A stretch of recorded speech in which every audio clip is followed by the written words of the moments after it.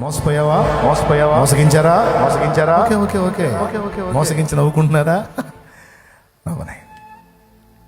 మోసం చేసిన వాడి మీద కోపం ఉంటుంది, మోసపోయిన వారి మీద దేవుని కనికరం ఉంటుంది.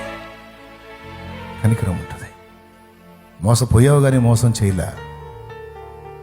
మోసం చేసిన వాడికి కోటింగు, మోసపోయిన వాడికి కనికరం, రెండు వచ్చే సమయం ఒకటి ఉంటుంది.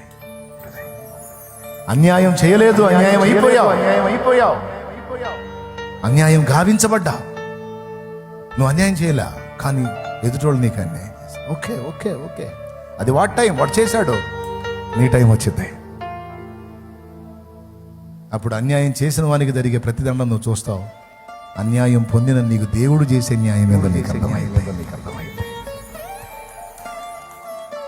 నేను వట్టి మాటలు చెప్పట్లా, పరిశుద్ధాత్మ ప్రేరణలోనే ఈ విషయాలు పలుకుతున్నాను నేను.